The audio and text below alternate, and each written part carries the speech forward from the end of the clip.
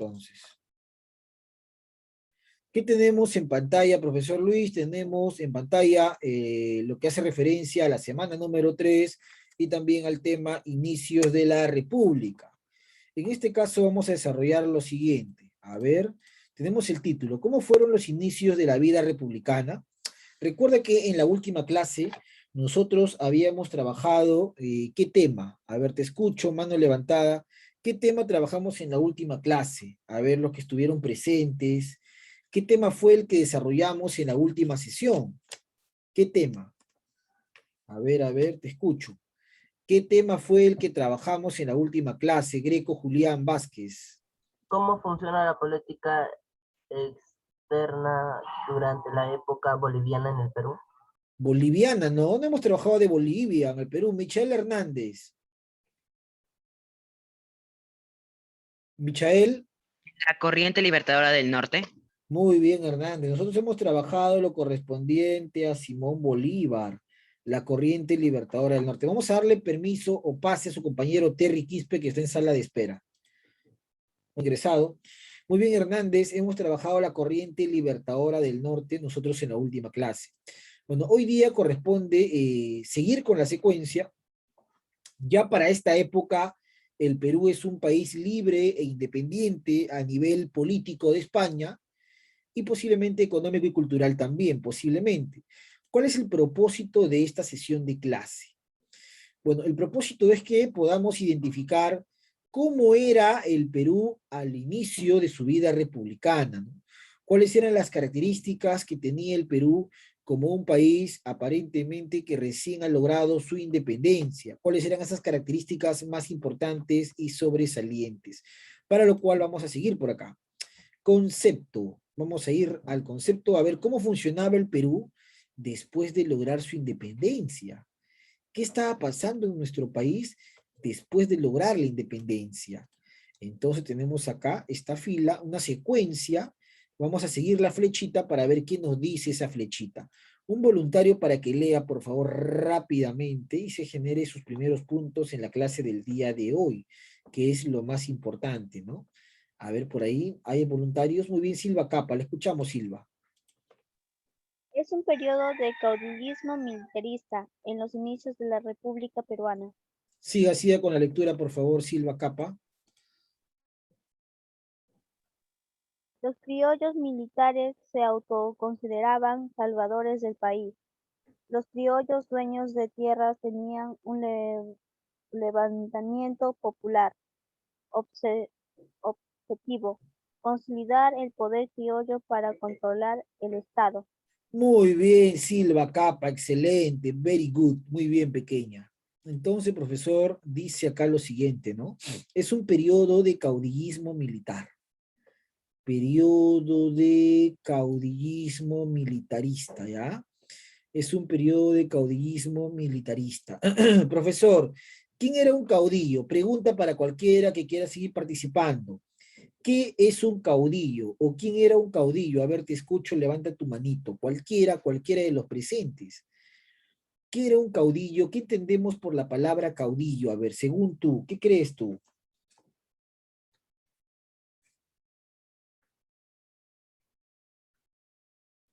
Greco Julián. Te escuchamos, Greco Julián. Una persona que guía y manda a un grupo a otras personas. Una persona que guía y manda a un grupo de personas. Un líder. Un líder, excelente, ¿ah? Muy bien, mi estimado Greco, excelente, un líder, así es, ¿no? Muy bien, Greco Julián. Entonces, profesor, sería un líder. Muy bien, Greco. Ahí está, ¿no? Vendría a ser un líder, claro. Un caudillo es un líder, chicos, ¿ya? Un caudillo hace referencia a un líder, una persona que guía los destinos de un grupo de personas a su vez, ¿no? Entonces, Terry Quispe, ¿me escucha? El alumno Terry. ¿Me escucha el alumno Terry? ¿Está en clase el alumno Terry? El alumno Terry. Ya, escribe en el chat, escribe tu asistencia para no ponerte falta, Terry, por favor. Esa es la recomendación. Cuando un alumno ingresa, en el chat se presenta, ¿ya? Por favor. Muy bien, entonces, como ha participado su compañero Greco Julián, profesor, el caudillo es un líder. Entonces, en esta época, cuando el Perú ha sido un país libre después de la guerra de la independencia y logró su independencia, los que van a empezar con el control político en el Perú van a ser estos caudillos que eran militares, es decir, estos hombres que habían peleado al lado de San Martín de Bolívar en los inicios de la República Peruana. Recuerda eso, ¿ah? Los que pelearon al lado de San Martín y Bolívar se van a llamar caudillos militares, ¿ya? Caudillos militares. ¿Y qué era un caudillo militar? Aquel que había peleado junto con Simón Bolívar, junto con don José de San Martín. Y como ha leído también su compañera Silva, estos caudillos pertenecían a una clase social. Pregunta para cualquiera. ¿A qué clase social pertenecían estos caudillos? Silva Capa, te escuchamos. Criollos, profesor. Muy bien, señorita, punto para usted. Eran los criollos. Y ustedes saben que un criollo es el hijo de un español o española nacido obviamente en América, ¿no? Todos los hijos de españoles que nacieron en América eran llamados criollos. Entonces, estos criollos, un momento vamos a darle pase a su compañero Coveñas y a su compañero Guaripata. Ya está. Ha ingresado Guaripata y Coveñas, ¿ya?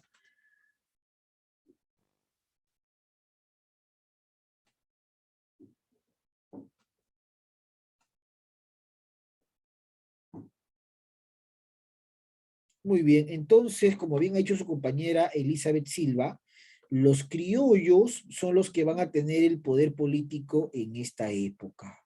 Se van a considerar los salvadores del país y estos criollos que habían peleado al lado de San Martín y Bolívar destacaban por aparentemente tener un caudillismo militar, ¿no? Estos criollos, por haber peleado contra los españoles y haberlos expulsado, se empezaron a considerar los salvadores de nuestro país, ¿no? Nosotros somos los salvadores del Perú, habían dicho estos criollos en esa época.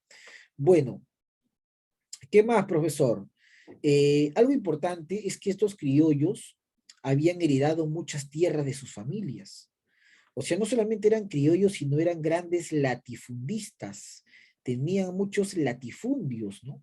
A un hombre que tiene tierra se le llama pues un gran latifundista, un gran de repente profesor señor feudal, ¿no? Tenían tierras que habían heredado de los españoles y en estas tierras trabajaban muchos indígenas. Entonces, ¿qué pasaba? Muchos de estos personajes temían un posible levantamiento, ¿no? Ellos tenían un posible levantamiento de los campesinos. ¿Ya? Ellos tenían un posible levantamiento popular. Ellos decían, es posible o puede ser posible que esto se levante, ¿no? Popularmente, ¿no? Ellos decían eso. Temían un levantamiento popular. Ellos decían, en cualquier momento se puede dar de repente que los campesinos intenten levantarse y de repente enfrentarnos a nosotros y destruirnos, ¿no? Entonces los criollos temían eso, pues. Temían un levantamiento de las masas campesinas, ¿no? Eso hay que tenerlo presente. Entonces los criollos, que eran dueños de grandes extensiones de tierra, temían ese momento, ¿no? Que pudiera darse un levantamiento de los campesinos, los indígenas, que en realidad eran los que habían peleado por la independencia, pero que, vamos a ver, en esta clase no tenían muchos derechos y eran prácticamente tratados como un sector bien explotado, ¿no? Estos indígenas. Muy bien, profesor Luis. Entonces, ¿qué más, profesor? Bueno, ¿cuál es el objetivo en sí de estos criollos? Estos criollos que habían peleado en la independencia, que tenían muchas tierras, tenían como objetivo consolidar su poder, ¿no? Ellos básicamente querían controlar el Estado, ¿ya? Los criollos, hijo, querían controlar el Estado. Si en algún momento te preguntas, ¿cuál era el objetivo de un criollo? Era el control pleno del Estado. Estos criollos deseaban controlar el Estado, ¿no? Básicamente. Eso hay que tenerlo presente, mis estimados y queridos alumnos de tercero de secundaria. Bueno, ¿acá alguna pregunta hasta este momento? ¿Alguna pregunta, alguna duda, algún comentario en el chat? No, profesor. ¿Se entiende, Elizabeth Silva? Sí, profesor. Muy bien, Elizabeth Silva, perfecto. ¿Algún comentario en el chat, alguna pregunta, alguna duda? Sabemos entonces que después de la Guerra de la Independencia, el poder lo van a ejercer los criollos. Y los criollos, como lo he mencionado, era el hijo de un español que nació en América. Y el criollo era un caudillo porque supuestamente él había peleado, bueno, supuestamente no, él peleó en realidad por la Guerra de la Independencia, pero no peleó solo, peleó con los indígenas, sino que el indígena en esta época no sabía leer, no sabía escribir, no sabía sumar, ¿no? Era un hombre marginado de la vida política del Perú, a pesar que el indígena era una gran mayoría en el Perú. La gran mayoría de esa época, en 1824, era indígena, ¿no? O era mestizo. Pero había una élite, la élite criolla, que era la que supuestamente dice, nosotros hemos peleado por la independencia, a nosotros nos corresponde tener el control político del Perú, ¿no? Ese era el contexto, mis estimados y queridos alumnos de tercero de secundaria. Muy bien, vamos a seguir por acá con la presentación de nuestro material. Bueno, ¿cuáles son las causas de estos inicios de la vida republicana, ¿no? ¿Cómo se dio esta situación? Bueno, causas económicas. Vamos a ver por acá lo siguiente, ¿no? A ver, una causa económica de esta época es que estos hacendados eran hombres de tierra, quieren seguir manteniendo su poder señorial, pues, ¿no? Profesor, ¿qué significa eso? Los hacendados quieren seguir gozando de todos los beneficios que tenían por ser dueños de grandes porciones de tierra. Bueno, había además una crisis económica muy importante debido a que la guerra había dejado tierras destruidas, había acabado con mucha mano de obra, había un problema económico muy complicado, ¿no? Y obviamente, producto de la guerra con España, se había generado una deuda externa. San Martín pidió un préstamo a Inglaterra para poder pagarle a soldados, para poderle pagar a marinos, ¿no? Igual Bolívar también va a generar una deuda interna, va a pedir aporte de los criollos. Entonces, el Perú es un país que nace en la República endeudado. Somos un país que nace con una crisis económica muy, pero muy complicada, fuerte, y donde el poder económico que existía lo tenían solamente unas cuantas familias, que eran los herederos de los españoles, llamados criollos, ¿no? Entonces vamos a ir conociendo un poco más de estas causas que originan el inicio de nuestra vida republicana. Recuerda que ya no somos una colonia, ahora supuestamente vamos a ser una república, supuestamente el poder debe caer en el pueblo, supuestamente. Bueno, voluntario para que sea con la lectura, cualquiera, por favor, que quiera seguir sumándose sus puntitos. Muy bien, Terry Quispe, siga con la lectura, lo escuchamos. ¿De cuál? ¿De sociales, no, profe? Muy bien, qué inteligente que eres, sigue. Desempleo, montoneras en protesta, campesinos, descontento contra el gobierno criollo. Sigue, sigue. Políticas, triunfo criollo en la independencia. Los criollos buscaban protección política, ideológica, influencia católica en asegurar sus poderes, ausencia de proyecto nacional. Sigue, sigue todo. ¿A todos, profe? Muy bien, correcto, Terry, excelente. Vamos a subrayar algunas de las ideas que su compañero nos ha leído. A ver, profesor. Cuando te dice en el subtítulo causas, hace referencia a cómo se originó esta república inicial, ¿no? Entonces, esta república inicial, chicos, empezó, como te dije, a nivel económico. Estábamos mala, económicamente estábamos mal, ¿por qué? Porque producto de la guerra con España, había una crisis económica, ¿no? Mucha gente que trabajaba en la mina había ido a pelear en las guerras, no había mano de obra, los campos se habían destruido, y producto de la guerra habíamos pedido préstamos y generamos una deuda externa. A nivel social, había una gran cantidad de desempleo, pues, ¿no?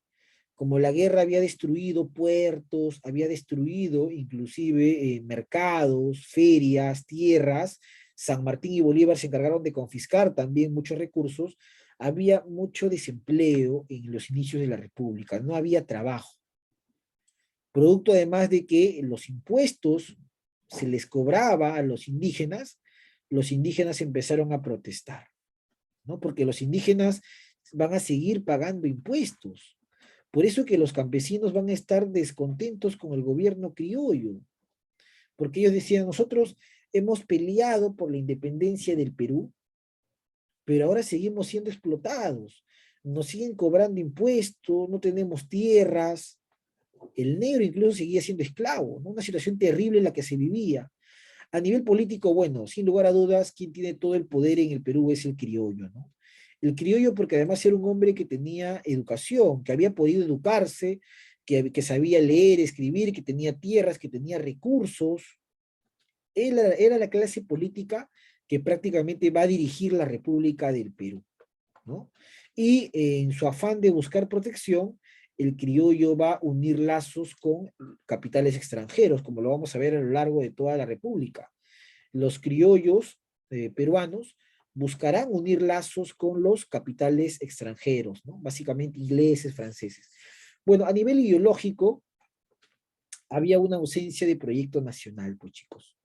No hay un proyecto nacional, no hay la idea de poder desarrollar una identidad como país. El tema del proyecto nacional faltaba, no había una visión para hacer del Perú de repente una república importante, económica, política y culturalmente, no existía, ¿no?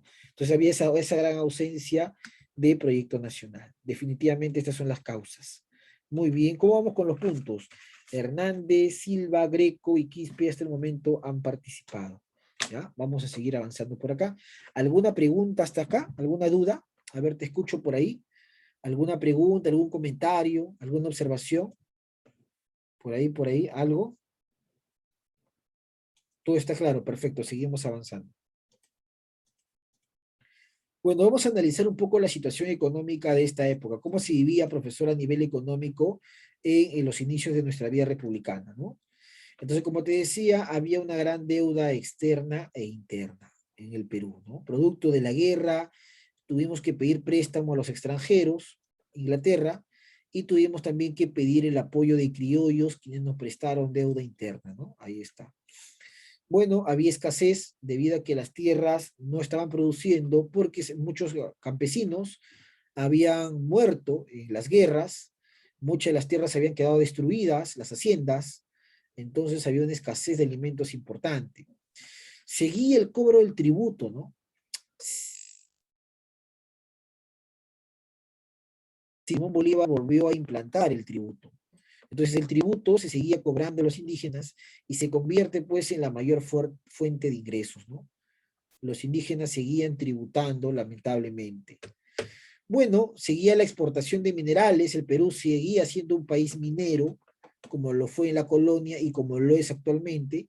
Seguíamos exportando minerales, metales, seguíamos exportando también lana, pero solamente exportábamos la materia prima, ¿no? Lo que se llama también la materia bruta. No le dábamos valor agregado, no trabajábamos el tema industrial, lamentablemente. Solamente desarrollábamos ventas, venta y venta, ¿no? Sin valor agregado, ¿por qué? Porque no se le daba un valor industrial a esa mercadería, a esa materia prima. Bueno, las monedas que se usaban era el real, el peso. Los latifundios eran tierras de los criollos y empezó una dependencia del capital extranjero, especialmente el Perú empezó su acercamiento con Inglaterra, ¿no? Producto de la deuda, producto de los préstamos. Recuerda lo que te dije, San Martín va a ser uno de los que gestiona un préstamo con Inglaterra y a partir de ahí empieza nuestra deuda externa, ¿no? Deuda externa que hasta ahora seguimos pagando, por cierto, ¿ah?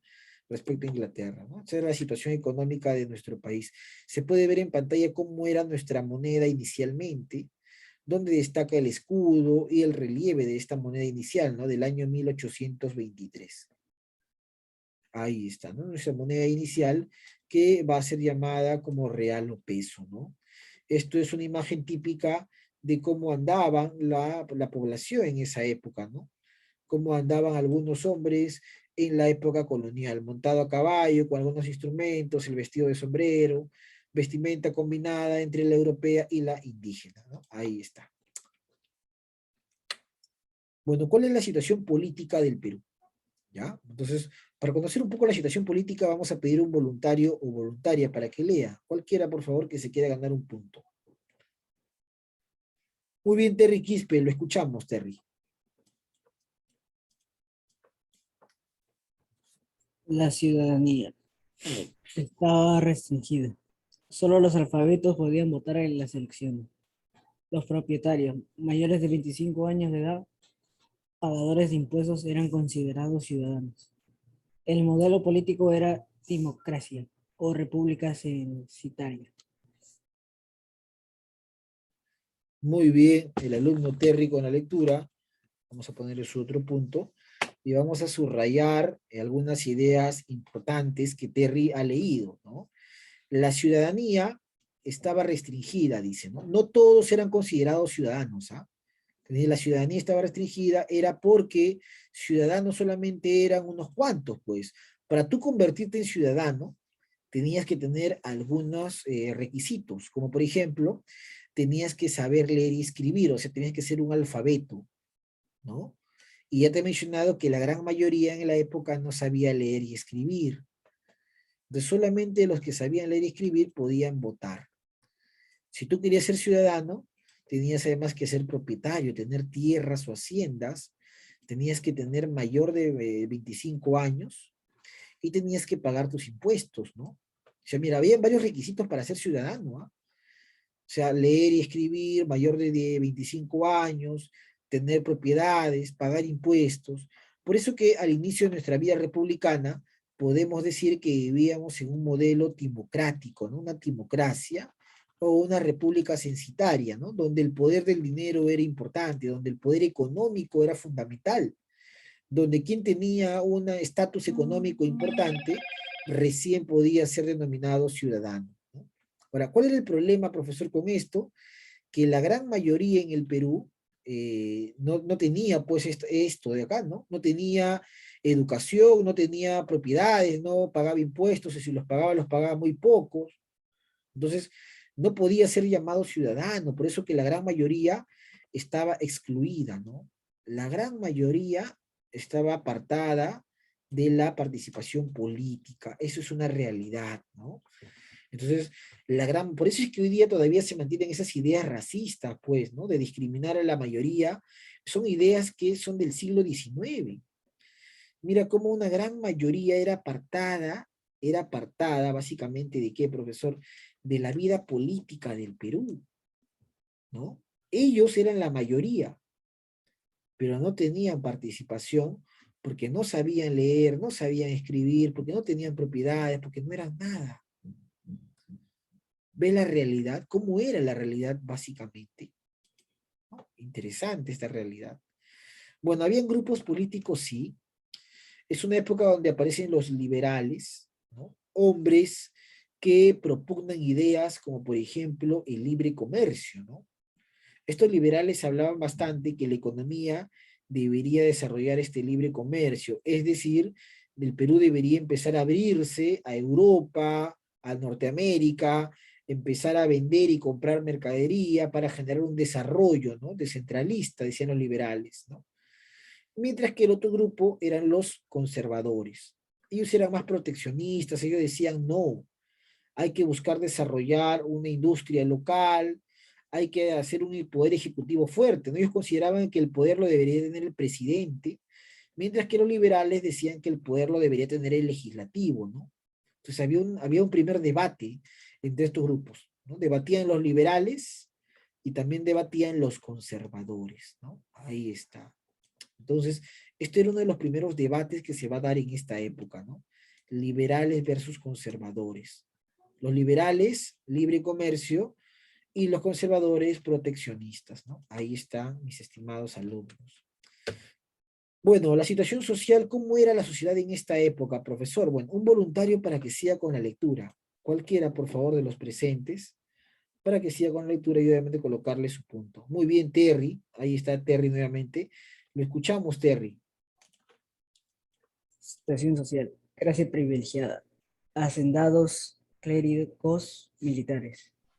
Clase popular. Campesinos, jornaleros, esclavos. Sigue. No, ya. Se mantenía la esclavitud. Continuaba el trabajo servil del llanaconaje. Seguía la diferenciación social de clases privilegiadas contra sectores populares. Las llamadas castas sobrevivían en la pobreza y marginación. No se desarrolló una cohesión social. No había una clase social organizada capaz de emprender un proyecto nacional. Muy bien, Terry, correcto, ¿no?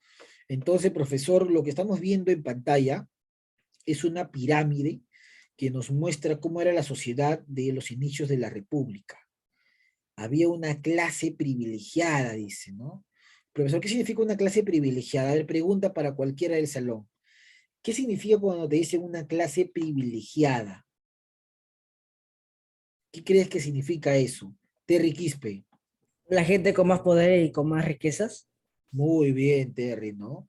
La clase privilegiada es el sector con más poder, con más riquezas. ¿Y quién tenía el poder, profesor, en esta época? Hacendados, los que tenían tierras, clérigos, los miembros de la iglesia, y militares, ¿no? Ahí están, los que habían peleado por la independencia. Estos eran los únicos que tenían todo el poder. Y había una clase popular que estaba integrada por algunos sectores, como por ejemplo, estaban los campesinos, ¿no? Los jornaleros y los esclavos, ¿no? Ahí está, por ejemplo, el sector popular. Campesinos, jornaleros y esclavos, ¿no? Ahí están los sectores, chicos, ¿ya? Campesinos, jornaleros y esclavos, una clase popular, ¿no? Entonces, la clase privilegiada eran, pues, hombres que tenían propiedades, que tenían terrenos y que tenían un origen criollo. Ahora, ¿qué más, profesor? Bueno, en esta época te mencionaba que se mantiene la esclavitud. Pregunta, ¿quién crees tú que seguía siendo esclavo? A ver, levanta tu manito en el chat. ¿Quién crees tú que todavía seguía siendo esclavo cuando el Perú ya era una república? Supuestamente éramos un país libre, pero seguía existiendo la esclavitud, ¿no? ¿Quién? A ver, te escucho. Coveñas. Los negros. Claro, el negro todavía seguía siendo un esclavo, ¿no? Seguía trabajando en las haciendas de la costa como si fuese un animal de carga, ¿no? Pero no solamente era el negro, ¿ah? El indígena también seguía prácticamente realizando un trabajo servil, ¿no? Servil, profesor, el indígena que trabajaba en las haciendas se le llama yanacona, ¿ya? Era un yanacona. Seguía la diferenciación social de clases, ¿no? Pues todavía había ese sector clasista de personas que marginaba a las clases populares o campesinas. Y es más, todavía existía en el tema de las castas. ¿Qué era una casta? La casta es lo que hoy día tú llamas, por ejemplo, el mulato, ¿no? ¿Quién es el mulato? ¿No? El mulato es el hijo de un negro, ¿no? Un mulatillo, el hijo de un negro, ¿no, profesor? También estaba el mestizo, ¿no? El hijo de un indígena y de repente un español, ¿no? También estaba el sambo, ¿no? El sambo, el hijo de un indígena y un negro, era un sambo, ¿no? Un mulato, el negro con un blanco, ¿no? Esas eran castas, pues. Estas castas que se habían originado en la colonia todavía se seguían utilizando. Bueno, no había un desarrollo social, no había un proyecto para el Perú para convertirlo en un país como de repente Inglaterra o Estados Unidos. No había eso. Faltaba una clase política y social que piense en el Perú como un país económicamente poderoso. Lo que vamos a ver es un sector privilegiado que solamente veía en sus propios intereses nada más, ¿no? Bueno, ¿cuál era la situación fronteriza al inicio de esto, profesor? Vamos a ver acá justamente, mira, cómo está organizado el Perú. El mapa era totalmente diferente y el Perú se organizaba por dos principios básicos, ¿no? Dos principios básicos que no debemos olvidar.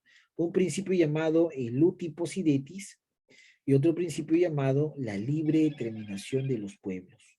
Vamos a conocer un poquito más de cuál era la situación fronteriza del Perú a través de la lectura. Voluntario cualquiera, por favor, para que lea, ¿no? Voluntario o voluntaria en todo caso. A ver, ¿cómo vamos con los puntos? Hernández, 16. Muy bien, Terry. Empiece, por favor. Acaba de llegar Terry con esta lectura a 20 en la clase de hoy día, ¿ya? Siga. La situación fronteriza. Las fronteras del Perú, como las de los países vecinos, se fijaron bajo dos principios jurídicos.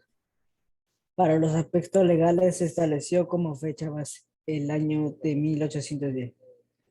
Las intendencias se convirtieron en departamentos, los partidos en provincias. Uti possidetis.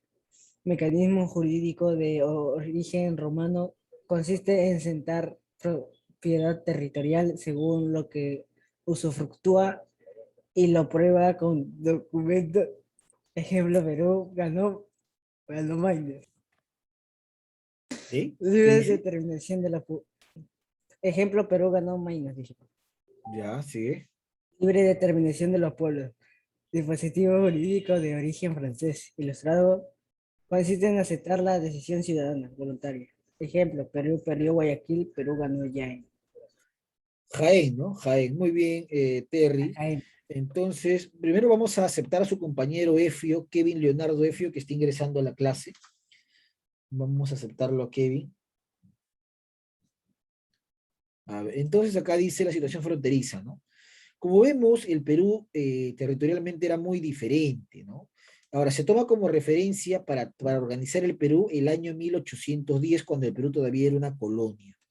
Ese año todavía fue tomado como referencia.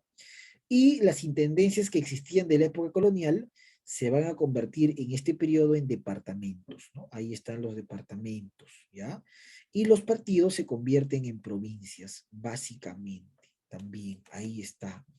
Luego hay dos principios que son fundamentales. Uno es el uti possidetis, que es un mecanismo jurídico de origen romano, ahí está, y por el cual el Perú va a ganar Maynas, pues, ¿no? El Perú ganó Maynas, dice, ¿no? El Perú gana Maynas. ¿Qué significa el uti possidetis?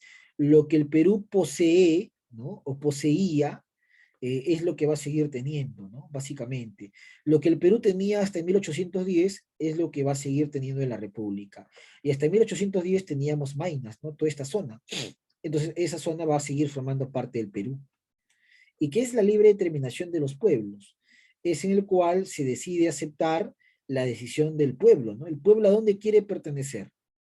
Entonces, bajo el principio de libre determinación, el Perú, por ejemplo, perdió Guayaquil, porque la gente que vivía en Guayaquil aparentemente había elegido pertenecer a la Gran Colombia. Perdimos Guayaquil. Y por ese principio ganamos Jaén, que hoy día es Cajamarca, ¿no? La población que vivía en Cajamarca decidió pertenecer al Perú. Ahí están los dos principios básicos. Muy bien, Terry. Y tenemos el trabajando en clase. ¿Cuál fue la situación de los indios a inicios de la República? A ver quién me puede responder. Mano levantada, te escucho. ¿Cuál fue la situación del indio al inicio de la República? ¿Cómo vivía el indio? ¿Era un hombre de poder? ¿No tenía poder? ¿Cómo vivía? A ver, te escucho, te leo. Elizabeth Silva Capa. Eran marginados porque no sabían leer ni escribir. Ya, muy bien, Silva, ¿no? Eran marginados, eran excluidos, correcto. Situación de marginación en la vida política, pobreza y explotación. Vivían en la pobreza y seguían siendo explotados. Muy bien. Pregunta 2. ¿Quiénes formaron el poder ante la incapacidad y falta de organización de la clase dominante criolla? ¿Quiénes eran los que toman el poder ante toda esta situación de caos que vivía el Perú? ¿Qué sector de la sociedad decide tomar o tener el poder? A ver por ahí, ¿qué piensas tú? Te escucho, te leo. Capa, te escuchamos, Capa. El sector criollo Ya, tomó pero el poder. los criollos eran en realidad clase dominante, sí, pero dentro de los criollos hay un sector. Los que supuestamente dirigen todo esto, ¿cómo se le llamaba? Lo hemos mencionado al inicio de la clase. ¿Cómo eran estos hombres que dirigieron todo y que habían peleado en la independencia y por eso decían que tenían derecho? ¿Cómo se les llamaba? El caudillo. El Muy caudillismo. bien, correcto, ¿no? Caudillos que obviamente eran criollos y que decían que ellos habían peleado por la independencia y tenían todos los derechos. Excelente, ¿ah? Pregunta 3. ¿Cómo podrían los indios ser considerados ciudadanos? ¿No? ¿Qué requisito tenía que tener un indio si quería ser considerado ciudadano? ¿No? ¿Quiénes eran solamente considerados ciudadanos? A ver, manito levantada por ahí. Capa, te escuchamos, Capa. Para que un indio sea considerado ciudadano tenía que ser alfabeto, tener tierras, dinero, poder, ser mayor de 25 años. Muy bien, Silva. Mayor de 25 años, saber leer y escribir, pagar tributos y tener propiedades. Excelente. Muy bien, ¿ah? Y pregunta número 4. ¿Cuáles fueron los principios que rigieron los límites territoriales? ¿Cómo se llaman esos dos principios que hemos visto al final, no? Son dos. Bueno, uno se llama la libre determinación de los pueblos y el otro es el uti possidetis. Muy bien, chicos, acá nos vamos a quedar. No olviden enviarme sus evidencias el día de hoy, por favor. Un abrazo virtual. Cuídense mucho y nos vemos Dios mediante la próxima.